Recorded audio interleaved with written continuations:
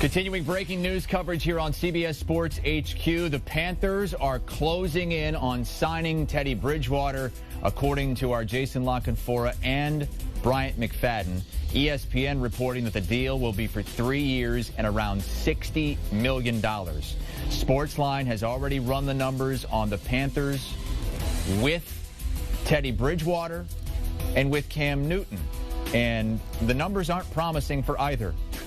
5 wins for Teddy Bridgewater, 4.8 with Cam Newton. They still have a lot of work to do under first-year head coach Matt Rule, but this might be a step forward. I say might. We'll see what our experts have to say. I'm Chris Hassel. I'm here with Pete Prisco in our Fort Lauderdale studios. We also have senior NFL writer Jonathan Jones and two-time Super Bowl champion Bryant McFadden, who helped break this story today. Bryant, what more can you tell us? Well, this is basically a new coaching staff with a new play caller wanting to work with someone they're familiar with, and Joe Brady. Remember, Joe Brady was able to work with Teddy Bridgewater a year in New Orleans before going off to LSU, right up the street to LSU. Also, Joe Brady's a South Florida guy. You know, he's from around Fort Lauderdale, Broward County area. We know Teddy's a Miami guy. So these two individuals know each other extremely well. And then outside of Teddy B knowing Joe Brady and how much the Panthers really value Joe Brady's opinion, what about the injury concerns to Cam Newton? And going into this process, you know, many folks felt like Cam Newton would be the quarterback for the Carolina Panthers because I think his salary number was around 19 or 20, a little bit over $20 million, and that would be a bargain. But I think the Panthers know something that a lot of people might not know about Cam when it comes to his health and how healthy he can potentially be. So going to get a guy in Teddy Bridgewater who is healthy from what we know, also knowing that he understands Joe Brady just like Joe Brady understands him. The Panthers, this was their guy. They didn't want any other quarterback based on what I'm hearing, and they made it official today. Jonathan Jones is in North Carolina, in that Charlotte area. Has been covering for the Panthers covering the Panthers for many years. What more can you tell us, JJ?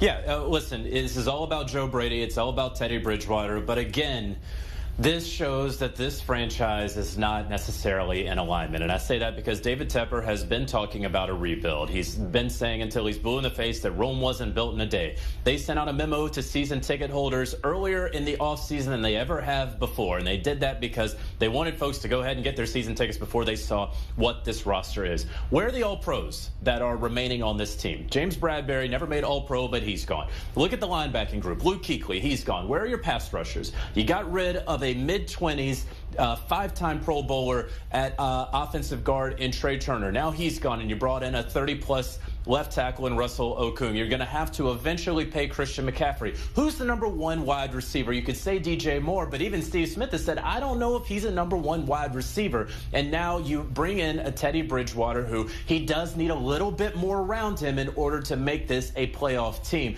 Matt Rule is a program builder. He did it at Baylor. He did it at Temple before that. He only has 1 year of NFL head coaching experience. That's why you gave him a 7-year contract, because you knew that this was going to take time. What's the difference in all this?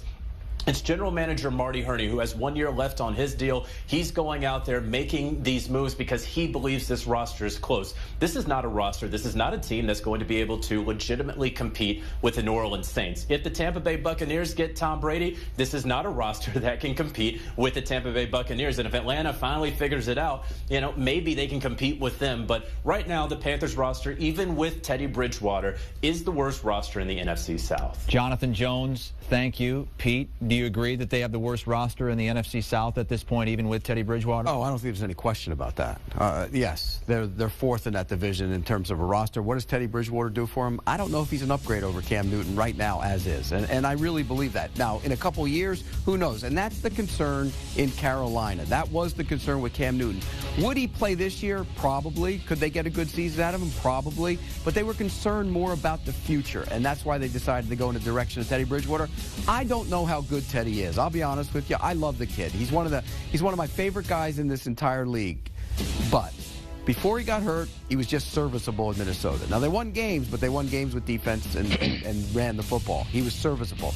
In those 5 games with the Saints, he played well. But is that enough of a sample size to say that he could do it over the long haul? I'm concerned about that. I'd love to see him succeed because he's one of the class acts of the NFL, but I don't think he's much of an upgrade, if any, over Cam Newton. Let's welcome in Jason La Canfora, CBS Sports NFL insider. JLC, how did this go down between this morning when the Panthers said Cam Newton is on the trade block and now the word that they are signing Teddy Bridgewater?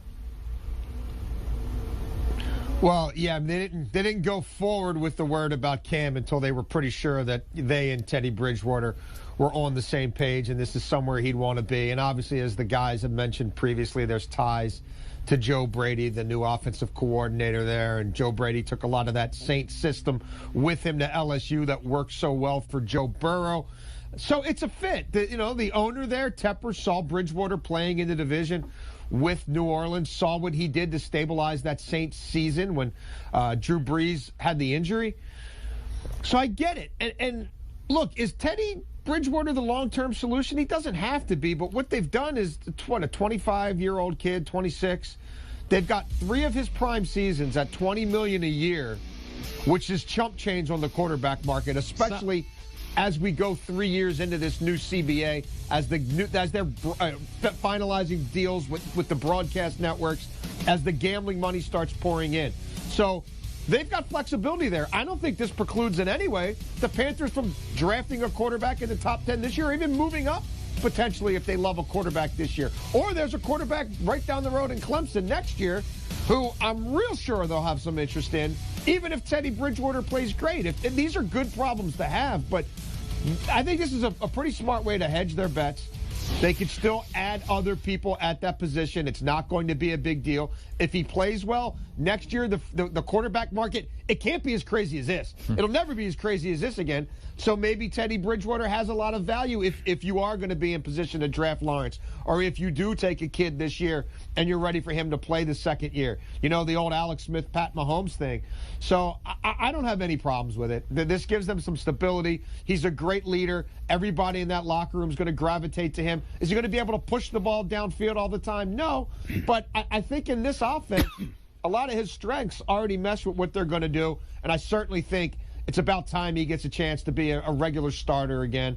And I think he'll be okay. But as the guys were saying, there's not a whole lot around him right now. Although I do hear Christian McCaffrey is a part of the long-term plans there and not a guy who they're shopping. So I think the tear-down portion of this might be pretty much done. And to your point on potentially being in the running for a Trevor Lawrence, Sportsline has him winning 5 games. So they would be right in the running for the #1 overall pick, one would think. Bryant, put yourself in the Panther locker room. What does this do for you? Are you excited? Does it do anything? I think right now it provides stability at the quarterback position because there were a lot of unknowns with Cam Newton. Most importantly with Cam, the health. He's been beat up over the last few years. I mean, shoulder, foot. So not knowing exactly the status with him being healthy was a big time question mark. And then here come the new staff, you know, doing things differently than what we've seen from the Carolina Panthers, especially on the offensive side in quite some time. And there lies the route for Teddy Bridgewater. Joe Brady, he's a very, very important piece to on this staff, and they value his opinion, and they understand and they know for them to be successful, he has to have a quarterback that he trusts. And I'm also hearing they're asking Teddy Bridgewater about other personnel moves, especially on the offensive side. So it's not just about signing Teddy Bridgewater to be their quarterback, giving him a $60 million deal. They're also asking him for his opinion about other potential moves. So they really value Teddy not just as a player, but as a leader. And this is a locker room that they need to find leadership extremely fast. You know, some of the usual suspects that we've seen in that uniform for quite some time, they're gone. So they're trying to find guys that could be leaders and the other guys respect. And I think Teddy Bridgewater talked about that. You heard Pete talked about how much he likes Teddy Bridgewater, not just as a player, but as a person. The same could be said throughout the NFL. The consensus is that Teddy Bridgewater is a great guy. You root for him. And I think that had a big part to do with them going out to sign Teddy Bridgewater, outside of Joe knowing who he is as a player, but understanding the locker room will follow him. You know, until we see the structure of the deal, we don't know if it's 3 years or it might be easy to get out of, you know, after a year or two or whatever. So we don't know what the structure of the deal exactly is. They could still draft a quarterback. Let's not forget that. They do like Will Grier. Kyle Allen's clearly played himself out of ever being the long-term answer there in any way, shape, or form, although he's the backup. But they could still draft a quarterback. And I don't think it'll happen this year, but it still could. I mean, I would draft a quarterback every single year if I'm the general manager at some point in the draft. They like some of the guys in this draft, so it wouldn't shock me if this deal, we got to see how it's structured, if they wouldn't draft a quarterback. Do you want a sports network that delivers everything that matters about the game? The highlights, the picks, the instant analysis, no yelling, no fake debates, no politics. Hit the subscribe button and never miss a moment.